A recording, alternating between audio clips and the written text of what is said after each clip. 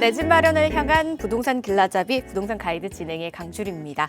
2026년 병원년 새해를 맞아서 전국 각지에서 이제 마수거리 분양이 잇따를 전망이라고 하는데요. 새해 첫 분양 단지의 성적은 한 해 시장의 흐름을 가늠하는 바로미터이기도 합니다. 그래서일까요? 수요자와 업계의 관심이 1월 분양 시장에 집중이 되고 있습니다. 올해 내 집 마련을 계획하고 계신 분들이라면 병원년 1월 마수거리 분양에 한번 주목해 보시는 것도 좋지 않을까라는 생각 들었고요. 그에 맞는 전략 필요하시다면 저희와 함께 해주시기 바라겠습니다.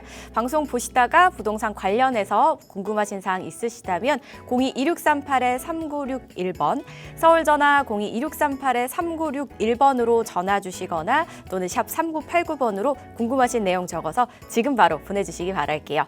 자, 그럼 부동산 가이드 오늘도 힘차게 출발하시죠.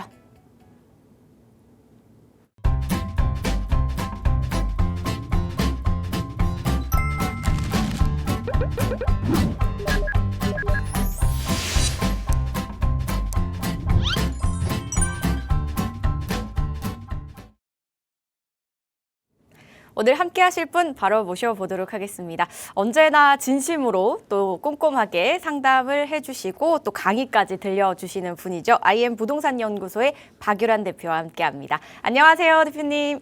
반갑습니다. 박유란입니다. 2026년도 새해가 밝았습니다. 올해도 새해 복 많이 받으시고요. 하시는 일 모두 다 잘 되시고 행복한 일 가득하신 한 해 되시길 바라겠습니다. 제가 오늘도 이제 뭐 이것저것 준비를 좀 많이 했는데 제가 매번 준비할 때마다 좀 시간이 쫓겨서 빠르게 말을 하는 경향이 있거든요. 많은 정보를 제공해 드리기 위해서 하여튼 알차게 준비를 하니까 그렇게 좀 감안하셔가지고 시청해 주시면 너무 감사할 것 같고요. 올해도 키워드가 내 집 마련을 과연 이렇게 집값이 많이 오르는데 할 수 있을까가 이 시장의 화두인 것 같아요. 항상 집값은 오르는데 그럼에도 불구하고 내가 전략만 잘 짠다면 내 집 마련을 할 수 있거든요. 항상 기회는 존재한다라고 보시고 올해도 공부 알차게 하셔가지고 좋은 기회 잡으시길 바라겠습니다. 네, 올해도 저희 부동산 가이드와 함께 내 집 마련을 향해 힘차게 달려보시기 바랄게요. 그리고 그 첫걸음 또 오프라인 자리 설명 안 들어볼 수 없겠죠, 대표님? 어떤 자리죠? 이번 주 수요일 2시에 저희 양재동 사무실에서 세미나를 진행을 하겠습니다. 그 주제는요, 1억대로 1억 전후로 재개발지 유망 지역, 투자 가능한 지역을 추천을 해드리고 좀 세부적으로 상담을 도와드리니까 많은 분들 오셔가지고 상담 받으시면 될 것 같고요. 소액 투자 하지만 어느덧 뭐 3억, 4억, 5억 정도가 있어야 이제 빌라를 또 전세 끼고 매수할 수 있는 시장이 됐어요. 더 이상 서울에 빌라를 산다고 해도 예전 같은 소액 투자의 개념이 아닌 게 된 거죠. 그만큼 가격대가 이 빌라 가격대들도 많이 올랐는데 아직은 그래도 입지 좋은 서울 권역 내에 앞으로 재개발이 될 수 있는 유망한 지역들이 좀 남아 있고요. 그런 데들을 1억 전후로 아직은 매수할 수 있는 곳들이 좀 숨은 진주들이 남아 있습니다. 물론 이런 것들도 시간이 지나면 또 가격대가 더 오르겠지만 오르기 전에 우리가 선점 투자하는 전략으로 접근을 하신다면 올해도 부동산 투자를 하시고 좀 웃을 수 있는 한 해가 되지 않을까 이렇게 보고요. 세미나랑 이 상담 희망하시는 분들은 따로 사전에 연락 주시고 방문하시면 되겠습니다. 네, 궁금하신 사항은요. 02-2638-3961번과 샵 3989번으로 문의하신 후에 참석해 보시기 바라겠습니다. 많은 분들 참석 기다리고 있을게요. 저희는 그럼 이슈 체크부터 한번 해보도록 하겠습니다. 일단 부동산 시장에서 이 가장 큰 근본적인 원인이 공급 부족이다라는 건 많은 분들이 알고 계실 겁니다. 그래서 정부 측에서도 공급을 늘리기 위해서 정말 많은 애를 쓰고 있고 정책도 계속해서 발표를 하고 있는 그런 상황인데요. 그래서 2025년 문을 닫는 그 시점에 또 이 주택 공급 관련 대책을 발표를 했습니다. 어떤 내용이 담겨 있는지 하나씩 한번 풀어보도록 할게요. 네, 2025년 12월 31일 날 주택 공급 대책 발표를 한 번 더 했죠. 총 13만 3천 호 공급 대책 발표가 나왔고요. 이제 기존의 지구 지정이 이제 그 거론이 됐던 지역들이 이제 최종 확정이 됐다고 보시면 될 것 같아요. 이게 총 7군데 중에 5군데는 공공주택지구 계획 승인이 된 거고요. 나머지 2군데는 지구 지정으로 발표가 됐 사례라고 보시면 되고요. 7만 8천 호, 의왕, 군포, 안산, 화성, 봉담 3지구 들어가 있고요. 과천, 가련, 입지 조처, 시은, 정황, 인천, 9월 2지구에 약 7만 8천 호 주택 공급이 될 예정이고요. 이번에 추가로 그 지구 지정이 됐는데 총 5만 5천 호인데 여기를 보면 오산, 세교 3지구가 있고요. 구리, 토평 2지구가 있죠. 이게 2개 합쳐가지고 약 13만 3천 호 주택 공급을 할 계획을 가지고 있고 여기는 공공 분양이 있을 거고 민간 분양 임대가 있을 거고 그쵸? 이 13만 3천 호 중에 공공 임대로 나오는 게 약 4만 호 정도. 공공 분양으로 나올 물량이 약 3만 4천 호 정도 될 겁니다. 좀 구체적으로 알아볼 건데 일단 수도권의 7군데에 13만 4천 호 주택 공급 발표를 했는데 여기서 일단 중요하게 봐야 되는 대목은 서울은 없죠. 경기도권이다. 그쵸? 경기도권에 주택 공급이 된다. 그러면 경기도권에 되면 서울로 거의 출퇴근하는 수요자들이 많은데 어떡하냐. 이런 물음표가 들 수 있는데요. 이곳에 뭐 GTX-B라든지 GTX-C라든지 수인분당선이라든지 뭐 신분당선이라든지 서울과의 접근성이 좋아지는 역사가 신설되거나 이미 있는 지역 역세권 근방에 지구 지정이 됐다. 이 큰 틀을 보시고 이제 세부 사항을 보시면 될 것 같아요. 우선 의왕, 군포, 안산입니다. 예, 승인이 났죠. 여기는 21년도 2월에 발표된 3기 신도시예요. 이게 상당히 규모가 커요. 그쵸? 좀 밝은 색깔로 표시가 돼 있는 게 이번에 지구 지정 승인 떨어진 곳이고요. 여기는 총 4만 1,518호 주택 공급이 될 예정이고요. 이 중에 공공임대가 14,565호, 공공분양이 9,166호가 일단 포함이 됐다고 하고요. 이렇게 아파트가 공급이 되는데 또 좋은 건 뭐냐면 이쪽에 아파트만 공급이 되는 게 아니고 여의도 공원의 7배 정도 되는 규모의 공원과 녹지가 같이 조성이 되더라. 뭔가 삭막하게 집들만 빽빽하게 들어서는 게 아니라 여가 생활을 할 수 있는 좀 가족 단위가 활동할 수 있는 공원들이 조성이 되더라라는 거고요. 거기다가 베드타운만 이루어지는 게 아니라 대규모 일자리도 같이 조성이 되더라. 어느 정도 전체 면적의 11% 정도 수준으로 되더라라는 거예요. 그러면 여기서 이렇게 아파트만 지으면 뭐해? 그쵸? 경기도권인데 결국은 여기에 수요가 흡수가 돼야 되는데 대체로 이곳으로 나가는 분들이 서울의 집값이 비싸다 보니까 경기도권으로 빠져나가는 수요란 말이에요. 그런데 출퇴근은 서울로 하고 있는 상태인 거죠. 그러다 보니까 지금 현재 1호선 있고요. 여기 4호선 반월역 인근에 인접하고 있는 곳에 지구가 지정이 된 거고 의왕역 같은 경우는 GTX-C 노선이 뚫리죠. 이렇게 되면 강남까지도 우리가 30분대로 접근이 가능하다라는 장점이 있는 거예요.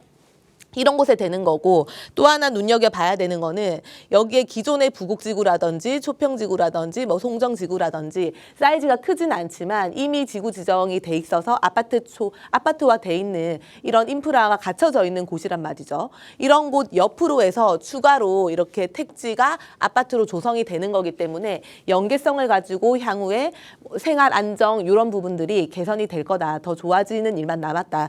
이렇게 보시면 될 것 같습니다. 다음은 화성 봉담 3지구예요.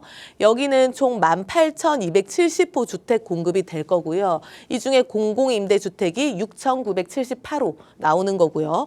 공공분양이 3,446호 나옵니다. 마찬가지죠. 아파트만 지어지는 게 아니고 여의도 공원의 3배 정도 규모에 달하는 공원과 녹지가 조성이 되더라라는 거죠.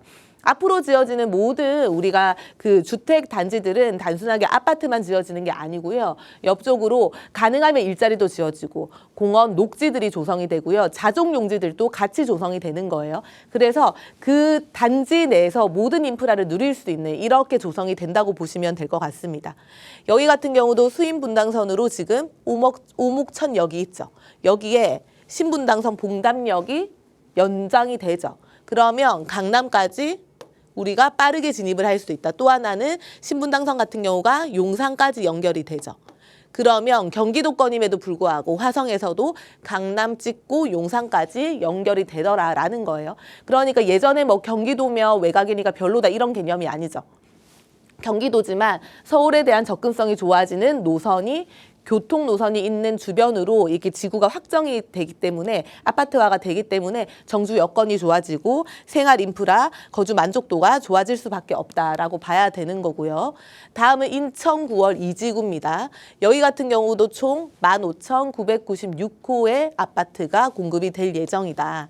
공공임대주택 같은 경우는 4,843호가 공급이 되는 거고요. 공공분양은 4,857호가 공급이 되는 거예요. 마찬가지죠. 여의도 공원에 2배 정도 되는 수준의 공원이 같이 조성이 되더라. 녹지 조성 복합 사업을 하는 거고 자족 용지 또한 조성이 되더라라는 거예요. 여기는 위쪽으로 해가지고 9월 1지구가 있죠. 밑으로 9월 2지구가 이번에 조성이 되더라라는 거죠. 그러면 1지구와 2지구가 연계돼가지고 시너지 효과가 발생되겠죠. 거기다 기존의 9월 1지구에 어느 정도 형성이 돼 있는 인프라를 같이 누릴 수 있겠죠. 시너지가 충분히 날 수 있고요. 인천시청역에 GTX B 노선이 신설될 예정입니다. 그렇죠? 그러면 뭐가 좋아지냐? 여의도까지 30분 컷으로 우리가 또 접근을 할 수가 있더라. 인천에서. 이 부분을 우리는 집중을 해야 되겠죠. 이렇게 공급이 되더라라는 거고요. 또 하나 과천 가련지구예요. 입지가 워낙 좋죠. 세대수가 이번에 많이 공급이 되진 않아요. 그래도 임팩트가 있습니다. 960호 정도 주택 공급이 될 예정입니다. 공공임대주택으로 296호, 공공분양으로 298호 주택 공급이 될 예정이고요. 마찬가지로 공원과 녹지 같이 조성이 될 거고 자족용지로 같이 조성이 될 계획을 가지고 있죠. 여기는 바로 밑으로 내려오면 안양의 편흥촌이 있죠.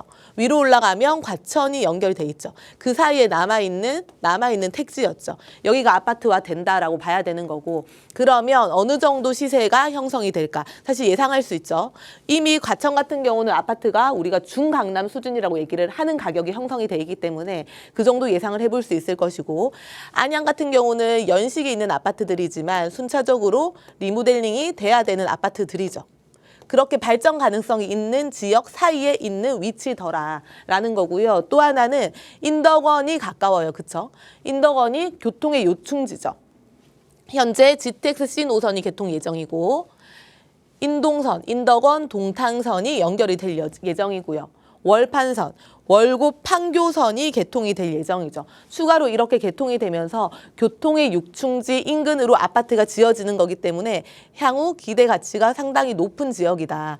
여기 같은 경우는 이 과천과 안양만 봤을 때는 사실 배드타운의 느낌인 건데 바로 위쪽으로 강남 접근성, 옆으로 판교의 일자리 접근성 등을 생각을 하면 사실 배드타운의 이미지가 아니라 교통의 요충지로 굉장히 직주 혼합 도시로 바뀔 수 있을 만한 파급 효과를 가지고 있는 데가 과천이기 때문에 여기도 상당히 임팩트가 있다고 봐야 되는 거고요.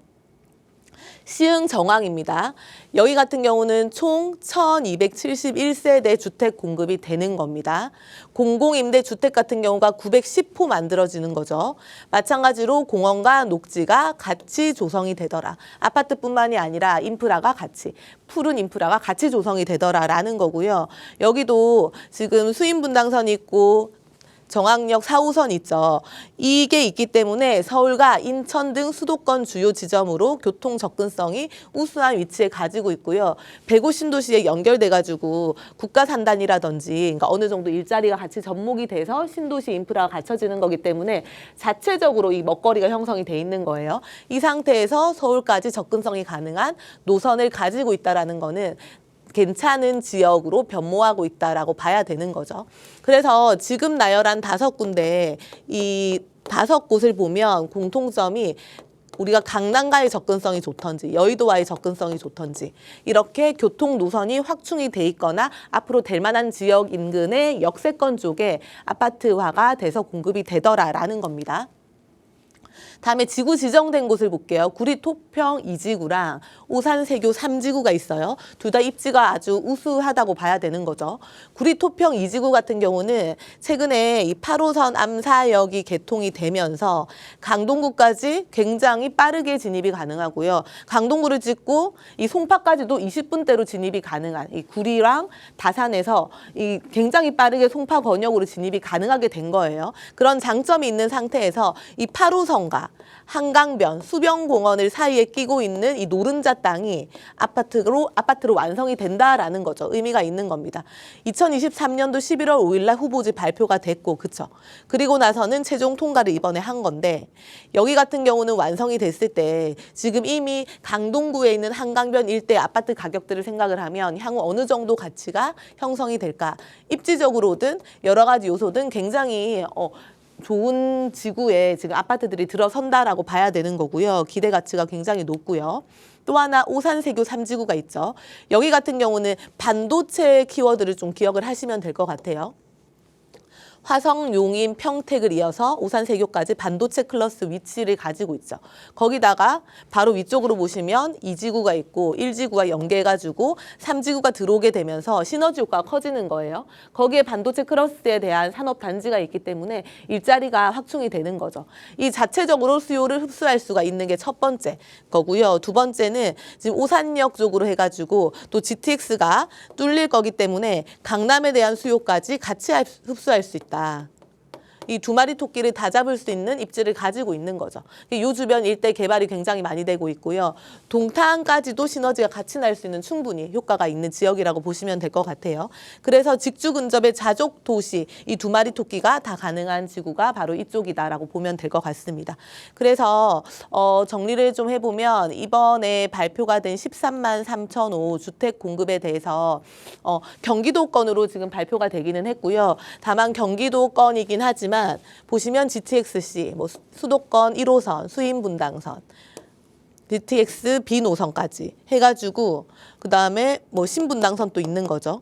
이렇게 교통 노선이 강남이라든지 여의도라든지 업무타운으로 접근할 수 있는 그 역세권 근방으로 지구 지정이 됐더라라는 게 이제 좋은 거고요. 다만 이제 요거는 감안하셔야 되는 게 지구 지정이 됐다 그래서 바로 아파트화가 되는 건 아니죠. 기존에 입주자 모집 공고 예정일이 있었던 것보다 3년 딜레이가 됐습니다. 그래서 29년도쯤에 입주자 모집 예정일을 잡고 있는 상태거든요. 그러면 이 이후에부터 입주가 가능하다고 봐야 되는 거기 때문에 당장 공급이 되는 게 아니라 아직 입주할 수 있는 기간이 좀 남아있다라고 봐야 되는 이런 부분들이 있는 거예요. 이거 감안하셔가지고 좀 이 내 집 마련 플랜을 세우시면 좋을 것 같습니다.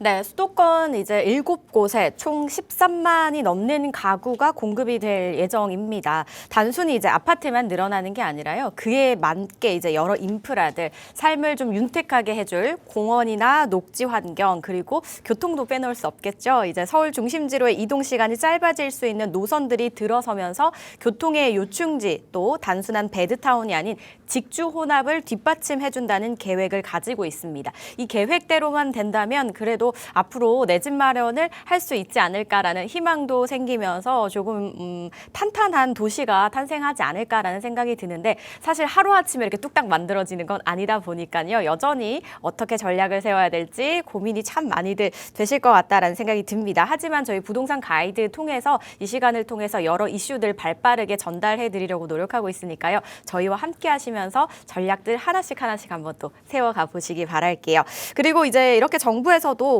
대책을 계속해서 발표를 하고 있음에도 불구하고 사실 집값 상승은 멈추지 않고 있기는 합니다. 현재 우리나라에서 서울이 인구 대비 이제 주택 보급률이 또 최하위라는 그런 또 슬픈 이야기가 있잖아요. 그 중에서도 또 최하위 지역이 있다면 어디가 좀 있을까요, 대표님? 네, 주택 보급률 얘기가 나왔어요. 그러니까 서울이 대한민국에서 주택 보급률이 최하위고 서울 같은 경우에서도 자치구마다 다르겠죠. 그 중에서도 관악구가 주택 보급률이 최하위더라라는 거예요.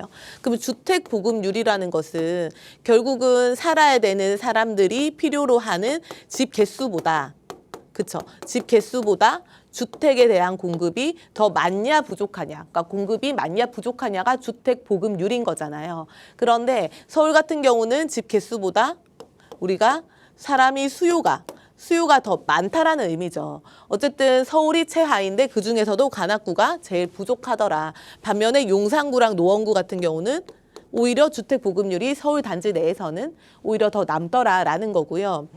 이게 서울 관악구 같은 경우가 주택 보급률이 워낙 부족하다 보니까 조사를 다시 한 겁니다. 기존에는 이렇게 통건물 자체로 카운트를 한 거예요. 뭐 다가구든 다세대든 세대별로 하지 않고 통건물로 했더니 건물 단위가 14,000호 정도 나왔어요. 그러다 보니까 다가구든 다세대든 세대별로 다시 조사를 한 거예요. 그랬더니 집 개수가 98,000호로 우뚝 늘어났죠.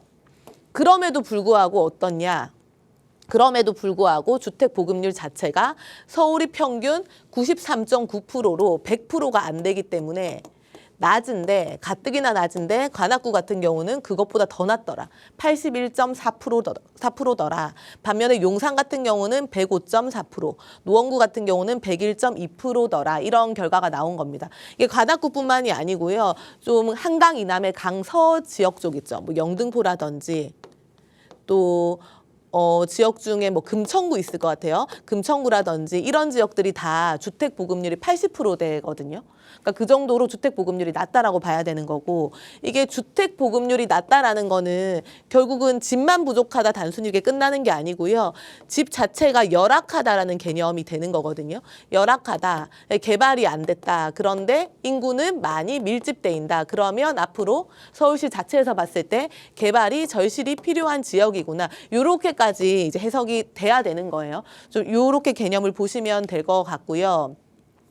그래서 최근에 이제 작년 12월 달이죠. 2025년도 12월 달에 이제 기사 나온 걸 보면 신림 6구역과 8구역 같은 경우가 재개발 사업으로 또 정비 계획이 수정 가결됐다. 그 주변 일대 산이 많죠. 그러니까 숲세권으로 7,000세대 아파트들이 들어온다고 해요.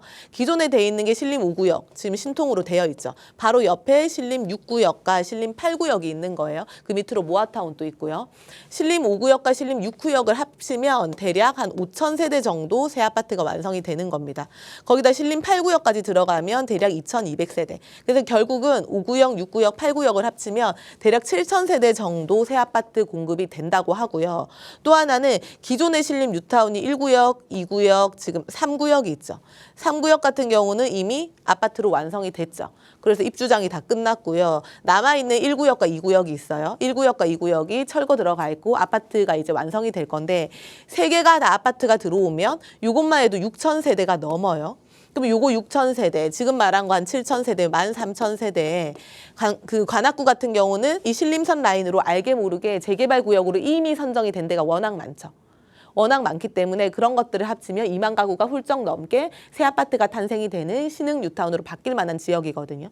그런데 앞서 얘기했듯이 왜 그러냐, 그럼 왜 이렇게 지구지정을 해주냐 봤더니 주택 보급률이 서울에서도 제일 꼴찌더라. 인구수 대비해가지고 공급이 부족하다 보니까, 그러니까 개발이 될 수밖에 없는 이런 상황이다라고 보시면 될 것 같고요. 그래서 뭐 내 집 마련을 하거나 뭐 투자를 하거나 부동산을 매수하려고 공부를 할 때 여러 가지 지표를 봐야 되겠지만, 그 중에 하나가 결국은 가격을 결정하는 거는 수요와 공급에 의해서 가격이 결정이 되죠. 그렇죠. 아무리 좋은 지역이라도 공급이 많으면 내 집값이 상승하는 데 한계가 존재를 하죠. 그런데 서울 전체는 다 좋은 지역이에요. 그 속에서 어쨌든 수요보다 공급이 눈에 띄게 부족하다는 거는 찾는 사람이 많기 때문에 향후의 가치 상승에 대한 기대치가 높은 거고, 거기다 찾는 사람이 많기 때문에 결국은 여러 가지 방식으로 개발이 들어갈 수밖에 없다라고 봐야 되는 거예요. 그래서 이런 부분들 중에 하나가 우리가 한강 이남 쪽에 강동 말고 강서 지역이 아직 개발이 될 만한, 인구수 대비해서 공급이 부족하기 때문에 여러 가지로 개발이 돼야 되는 만한 지역들이 많거든요. 아직 남아있는 그런 지역들도 이제는 좀 관심을 가지면 괜찮을 것 같습니다. 네, 서울 내에서도 이제 관악구가 주택 보급률 최하위입니다. 이제 서울이 공급수보다 수요가 이제 많다라는 이야기인 거잖아요. 그런데 여기에 관악구가 제일 낮다라는 건데요. 그렇다면은 공급과 개발 압력이 좀 높아질 수밖에 없지 않을까라는 생각이 드는데, 그래서 이제 신림 뉴타운부터 해서 공급이 좀 앞으로 될 것이고 재개발이 진행되려고 한다라고 말씀을 주시기는 했습니다만, 사실은 그동안 관악구가 입지에 비해서 개발이 좀 잘 안 되는 느낌이 굉장히 강하기는 했었잖아요, 대표님. 왜 그랬는지 참 궁금하기도 하고요. 그리고 또 관악구에 지금 개발이 진행이 된다면 미래 가치는 너무 좋지 않을까라는 생각이 드는데 실제로도 그런지 궁금합니다. 어떤가요? 요즘 이제 인기가 급상승하고 있는 지역들 중에 하나가 한강 이남으로 넘어오면 관악구, 그리고 한강 이 북으로 넘어갔을 경우에는 한 서대 문구 정도 되는 것 같아요. 입지 대비해가지고 그동안 좀 가치라든지 인기가 좀 덜했던 지역들이 워낙 중심부의 아파트라든지 빌라 가격들이 많이 오르다 보니까 이제는 각광받기 시작을 하고 있습니다. 그러니까 그런 지역들 중에 하나가 좀 관악구인데, 관악구 같은 경우는 키워드를 우리가 생각을 해보면요. 구릉지, 달동네에 대한 느낌이 굉장히 강하죠. 사실 부촌과는 상당히 거리가 멀고 오히려 낡은 도시에 대한 느낌이 더 강한 지역이죠. 거기다가 서울대학교가 자리 잡고 있어요. 그런데 보통 우리가 생각을 하기에 대학교가 있으면 집값이 잘 안 올라요. 그렇죠? 왜냐? 학생들 같은 경우는 경제력이 높지 않기 때문에, 그런 경제력이 높지 않은 사람들이 이 수요층으로 들어오기 때문에 집값이 상승하는데 한계가 있던 지역이었던 거예요. 거기다가 그래서 이런 분들이 찾는 데가 또 고시촌. 그러니까 고시촌이 또 많은 달동네 느낌이다 보니까 개발도 그동안 속도를 붙이지 못했죠. 그런데 이제는 달라지고 있어요. 고시촌이 많이 없어지고 있어요. 그렇죠? 많이 없어졌어요, 이미 또. 그리고 신림 뉴타운이 들어오고 있는 상태. 천지개벽을 그야말로 하고 있다고 표현을 하는데, 이 천지개벽이라는 게 뭐 안 좋은 지역이 단순히 좋아진다 그래서 그것만 가지고 천지개벽이라고 표현을 하기는 좀 약하죠. 이미 입지적으로는 타고난 입지 자체는 우수한데 그동안 개발이 안 됐기 때문에 이 개발이라는 양념만 더해진다면 이 좋았던 지역이 정말 드라마틱하게 변한다. 이럴 때 천지개벽이라는 단어를 쓸 수밖에 없잖아요. 그 지역이 바로 이 관악구 중에 하나더라라고 보면 될 것 같습니다. 관악구 같은 경우는 입지 자체가 여기에 위치를 하고 있어요. 그렇죠? 강남 3구 옆에 붙어 있는 지역 중에 강동구 좋죠. 강동구를 그래서 강남 4구라고 표현을 하죠. 몇 년 전, 불과 2, 3년 전만 하더라도 강남 4구에 강동구를 집어넣으면 사람들이 사실 좋게 보지 않았거든요. 그런데 이제는 달라졌죠. 강동구가 명실상부 강남 4구가 됐더라. 강남 접근성 좋고 송파 접근성이 좋고 아파트가 하남부터 이렇게 교산까지 만들어질 거면서 받쳐주기 때문에 그런 거고 학군이 나름 좋기 때문에 그런 거죠. 바로 옆에 붙어 있는 데가 동작구랑 관악구가 있습니다. 동작구 같은 경우도 노량진이 지금 천지개벽을 진행하고 있죠. 마찬가지 천지기백이 진행이 되면 밑으로 타고 내려올 수밖에 없는 입지를 가지고 있는 데가 관악구다. 그런데 관악구는 그동안 앞서 보여드렸듯이 달동네, 뭔가 구릉지로 형성이 돼 있다 보니까 개발의 한계점이 분명히 존재를 했어요. 그런데 우리가 이마저도 봐야 되는 게 쭉 가서 예를 들어가지고 마포의 아현뉴타운이 굉장히 구릉지가 심했는데 아파트가 됐더니 어떻게 변했죠? 달라졌어요. 그렇죠? 마찬가지인 거예요. 달동네였던 이런 지역들이, 구릉지였던 지역들이 아파트화가 되면 정주 여건이 달라집니다. 그런데 대규모로 아파트로화 되면은 새로운 세대가 유입이 되게 되면서 학군도 달라지게 되는 거죠. 이렇게 변화하고 있는 지역이 관악구더라. 입지적으로는 결코 빠지지 않은데 그동안은 정말 개발이 안 되다 보니까 좀 뭔가 상대적으로 천대받던 지역들 중에 하나가 그렇다. 관악구더라라고 보면 되는 거죠. 그래서 입지가 우수한데 어떤 입지? 타고난 입지가 우수한 거고요. 거기다가 잠재력이 굉장히 뛰어납니다. 단기적으로든 장기적으로든 이미 개발이 진행이 되고 있다. 인구 수요가 워낙 많아서 각종 개발 사업과 주거에 대한 재개발이 이루어지고 있는 곳이 이곳이다. 그러니까 우리는 보통 이미 좋은 지역을 찾고 있죠. 이미 유명한 지역을 찾아요. 그렇죠? 근데 이미 좋은 지역, 이미 유명한 지역 같은 경우는 프리미엄이 붙어 있을 수밖에 없어요. 그런데 이렇게 프리미엄이 붙기 전까지는 그전에는 개발이 안 됐기 때문에 사람들이 관심을 가지지 않는 지역이었단 말이에요. 그런데 이런 관심을 가지지 않는 지역들 중에서 입지가 괜찮은, 앞으로 좋아질 수 있는, 프리미엄이 붙을 수 있는 지역을 찾아가지고 이렇게 선점 투자를 하게 되면 우리는 뭔가 조금 더 적은 비용으로 내가 안정적으로 이게 부동산을 잘 샀다라고 볼 수가 있는 거죠. 그런 지역들을 좀 찾으시면 좋고요. 그래서 정리를 해보면 기존의 관악구는 뭔가 인기가 없었던 이유가 구릉지로 일단 형성이 돼 있고, 그쵸? 거기다가 서울대가 있고 그러다 보니까 고시촌이 연결돼 있다 보니까 경제적인 이 여건들이 좀 낮은 친구들이 들어오다 보니까 1인 가구가 밀집돼 있고 거기에 주거 비용 자체가 오를 수가 없어요. 낮은 주거 비용이 형성이 돼 있는 거예요. 주거 비용이 낮다라는 거는 결국은 이 동네 자체가 낡아가고 있다라고 봐야 되는 거거든요. 그러다 보니까 개발이 안 되니까 거기다가 또 아파트가 거의 없이 빌라 단지로 형성이 되어 있다 보니까 학군 자체도 부족하게 되는 거죠. 그러니까 상대적으로 뭔가 덜 찾는 인기가 덜한 지역이었단 말이에요.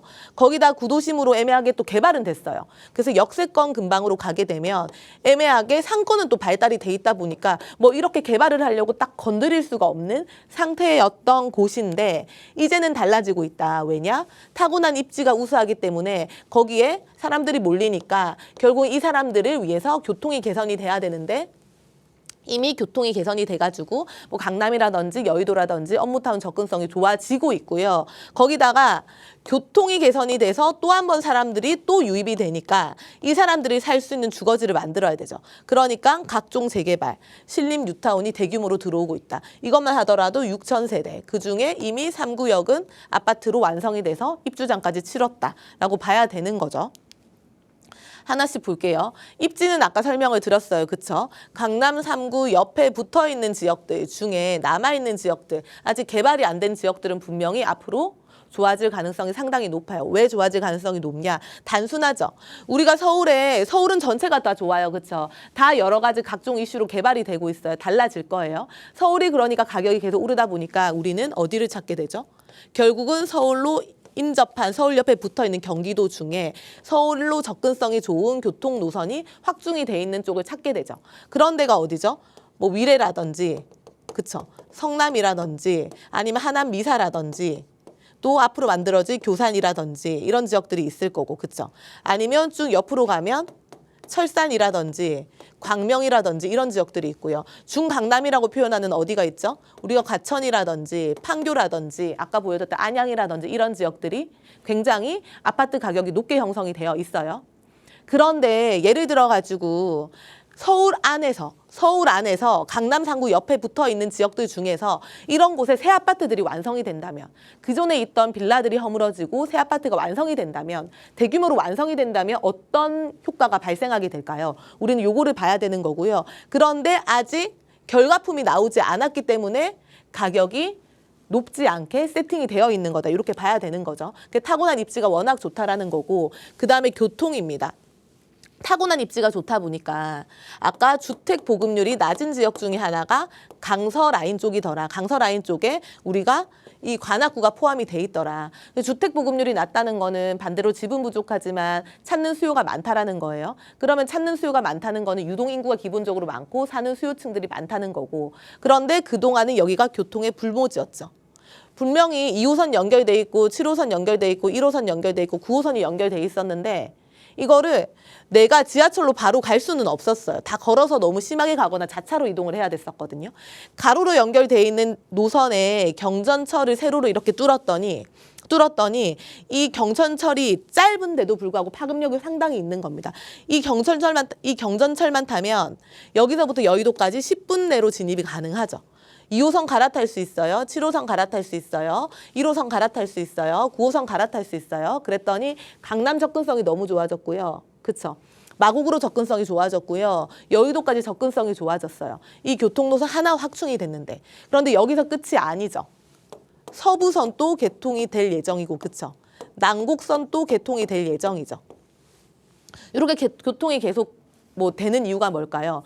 교통 호재가 계속 있는 이유는 결국은 사람이 없으면 교통 개선을 하지 않아요. 사람이 계속 유입이 되고 유동인구가 많기 때문에 교통 확충을 하는 겁니다. 그러면 교통 확충을 해서 여기서 끝이 아니죠.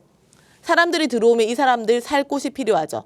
주변에 분명히 일자리가 많은데 이 주변 일대에 집이 없다 보니까 외곽으로 빠지게 되는 거잖아요. 그럼 여기에 집을 만들어준다면, 여기에 재개발로 새 아파트가 만들어진다면 그러면 수요자들을 충분히 흡수할 수 있고 외곽으로 나가지 않을 수 있고 빌라 5층, 6층 있는 것보다 아파트가 돼서 20층, 30층이 세워지면 주택 공급이 활발하게 될 수밖에 없죠. 공급이 확실히 된단 말이에요. 입지 좋은 곳에. 그러면 이런 지역에는 재개발이 활발하게 일어날 수밖에 없겠죠. 그러다 보니까 이 신림선 라인으로 이렇게 표시가 된 데가 지금 재개발로 선정이 된 데죠. 여기뿐만이 아니라 이미 재개발을 추진하고 있는 초기 단계 사업지들도 많죠. 시작이 됐죠. 신길 뉴타운의 밑에는 아파트가 완성이 됐고 위에는 공공후보지, 뭐 신속통합기획으로 재개발 후보지가 선정이 거의 다 끝났죠. 옆에 노량진 뉴타운이 있죠. 그러면 쭉 밑으로 내려와서 일부 아파트 단지를 제외한 지역들이 또 빌라 저층 주거지들이 재개발 움직임이 있는 상태죠. 더 쭉 내려오면 신림역에서부터 이 관악산역 사이까지 이 신림선 라인 주변으로 이렇게 재개발지로 선정이 다 끝났죠. 그러면 남아있는 지들, 이런 데 남아있는 데도 눈여겨봐야 되는 거예요. 이런 남아있는 데들. 왜냐? 이미 재개발로 선정이 된 데는 프리미엄이 당연히 올랐겠죠. 그럼 내가 이 속에 들어가도 좋은데 앞으로 이렇게 될 만한 지역을 찾는다면 내가 선점 투자를 한다면 조금 더 소액으로 접근이 가능하겠죠. 입지 좋은 곳에. 이런 지역들 중에 이렇게 재개발 구역으로 선정돼 있는 바로 옆에 붙어 있는 지역들 중에 노후도 쌓여 있는 지역도 있습니다. 이런 지역들은 가능성이 상당히 높겠죠. 이런 지역들로 들어가면 좋고요.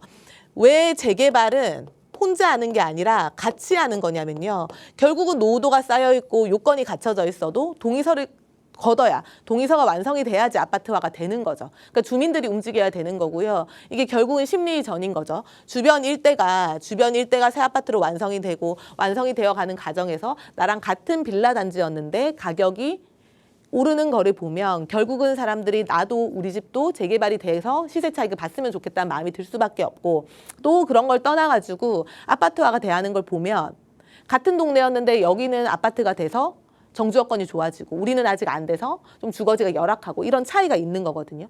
그렇게 생각을 하면 결국은 재개발로 선정이 된 주변 일대는 결국 남아있는 구역들이 순차적으로 재개발로 구역 선정이 될 가능성이 상당히 높다라고 봐야 되는 거고요. 이런 지역들이 지금 남아있는 데가 관악구 일대에 지금 신림선 라인으로 붙어있는 지역들이 있어요.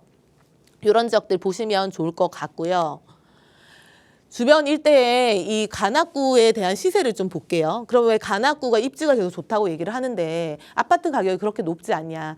결국은 아파트라는 거는 가격이 높으려면 여러 가지 이슈가 있겠지만 나 혼자 새 아파트면 안 돼요. 옆에 새 아파트들이 좀 많아야 되고요. 또 하나는 이렇게 많아서 학군지로 형성이 어느 정도 이루어져야 돼요. 그래야지 가족 단위들이 들어오게 되죠. 세대 교체가 일어나게 되죠. 그렇게 돼야 되는데 여기 같은 경우는 관악구가 사실 오래된 아파트들이 많고 새 아파트가 거의 없어요. 새 아파트라고 있는 게 봉천동에 이 재개발로 아파트가 된 이편한 세상 서울대 입구 아파트가 있죠. 이 아파트가 재개발이 됐는데 주변 일대가 아직은 저층 주거지이기 때문에 이게 매매가가 그렇게 치고 나가지 못하는 거예요. 그러니까 84타입 매매가가 실거래가 찍힌 거 보면 13억 5천 정도 형성이 돼 있죠. 근데 여기서 우리가 눈여겨봐야 되는 게 뭐냐면 바로 전세가입니다.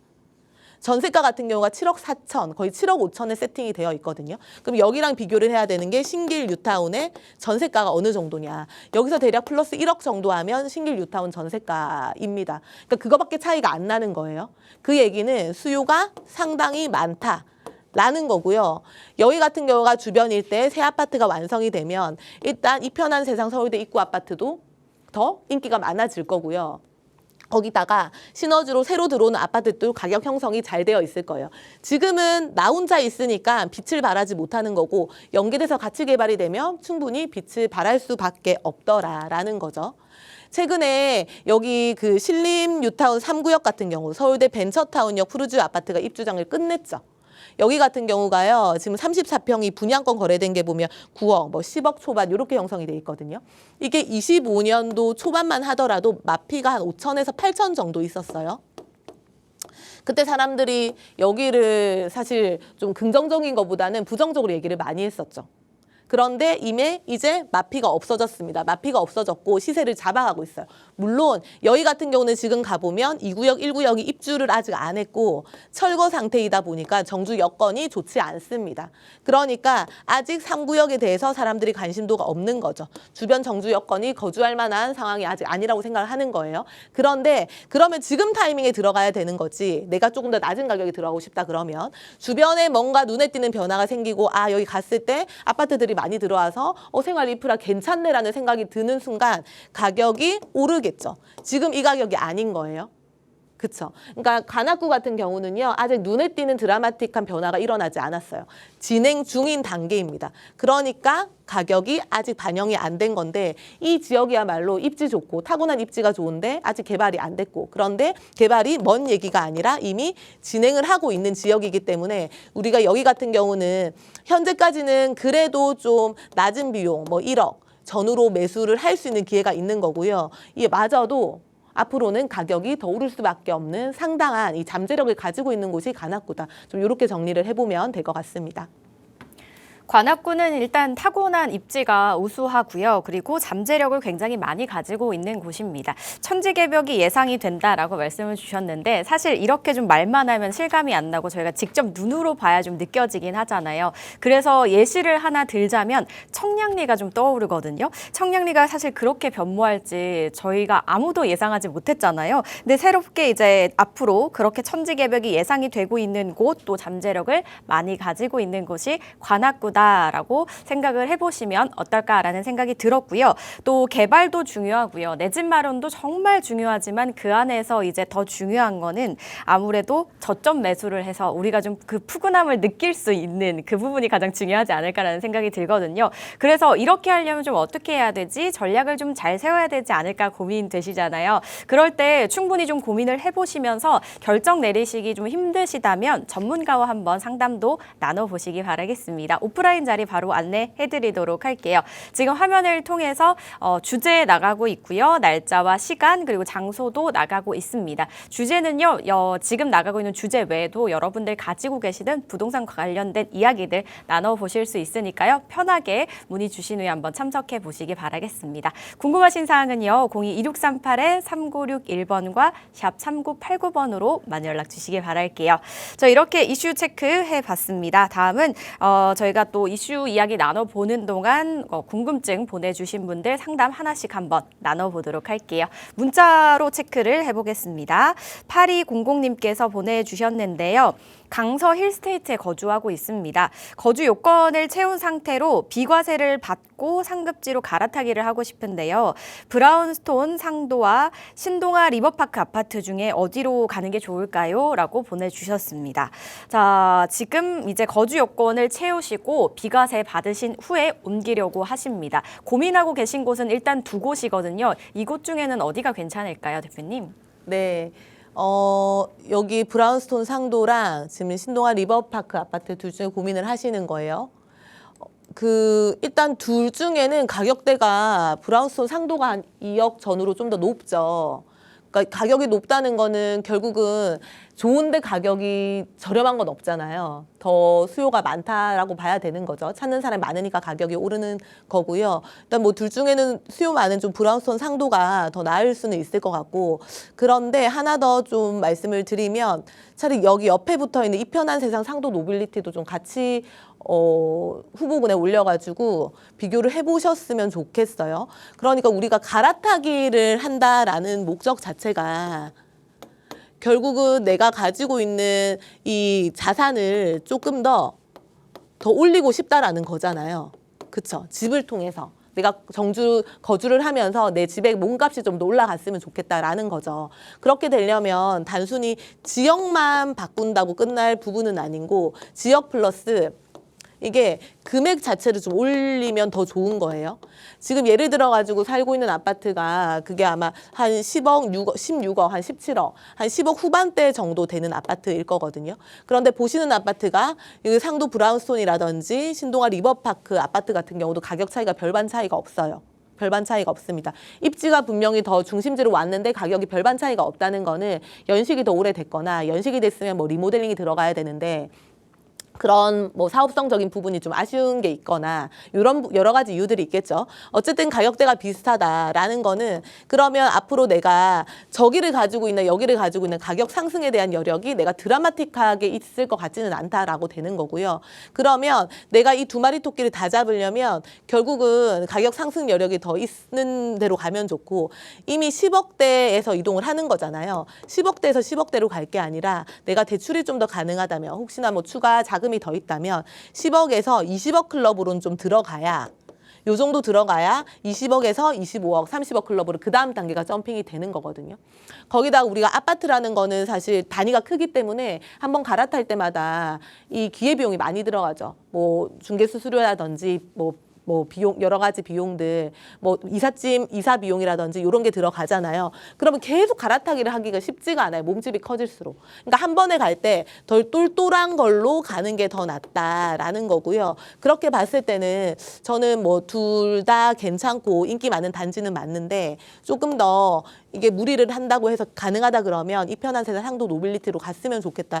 요 얘기를 드리고 싶고 요 지역 자체가 전체 다 괜찮잖아요. 어쨌든 여기 노량진 뉴타운의 수혜를 직간접적으로 충분히 받을 수 있는 입지를 가지고 있고요. 거기다가 신축 단지이기 때문에 신축급 단지이기 때문에 가격 상승은 더 갈 수밖에 없다. 비싼 게 결국은 더 많이 오른다는 건 우리가 과거에 봤죠.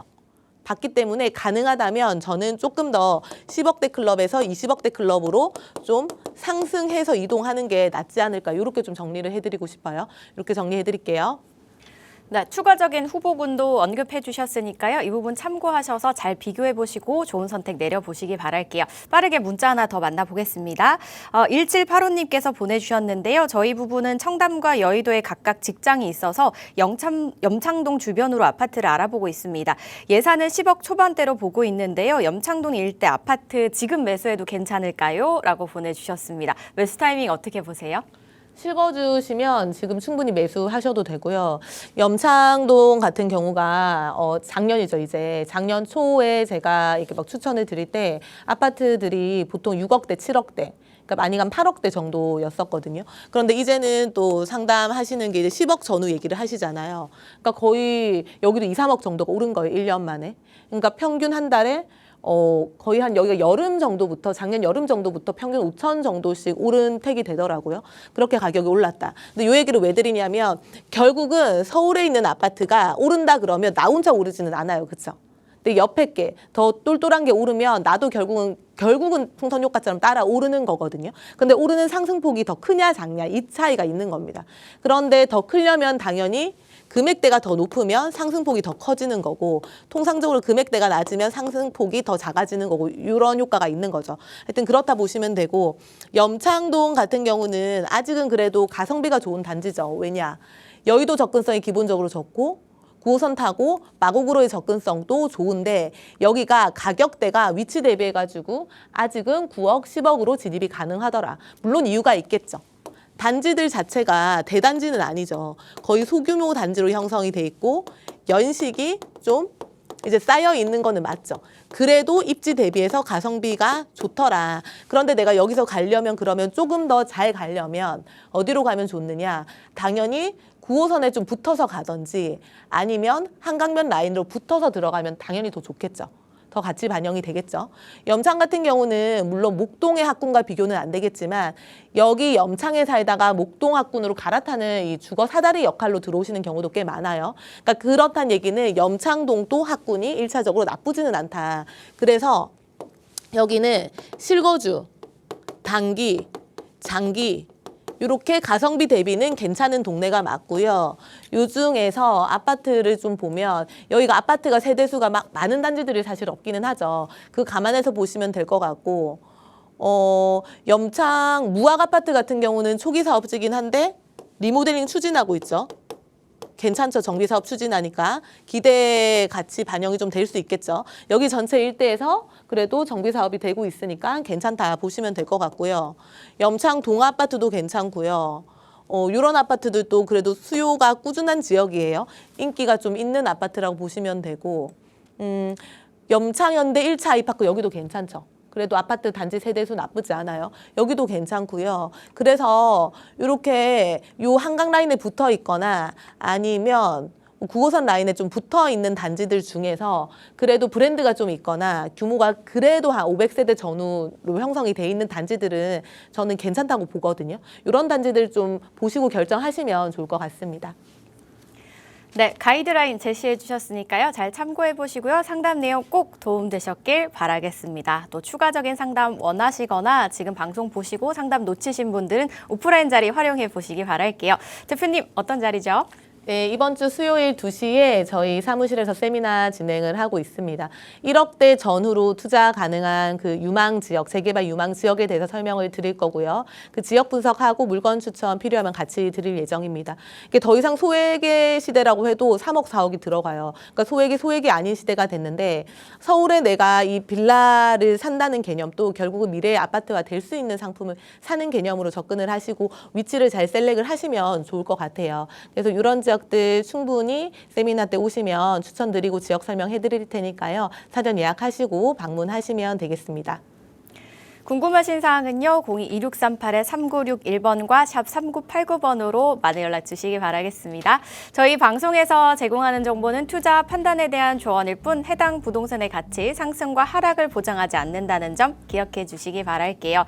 저희 여기서 인사드릴게요. 남은 하루 즐겁게 보내시고요. 내일 이 시간 다시 찾아뵐게요. 시청해 주신 여러분 고맙습니다.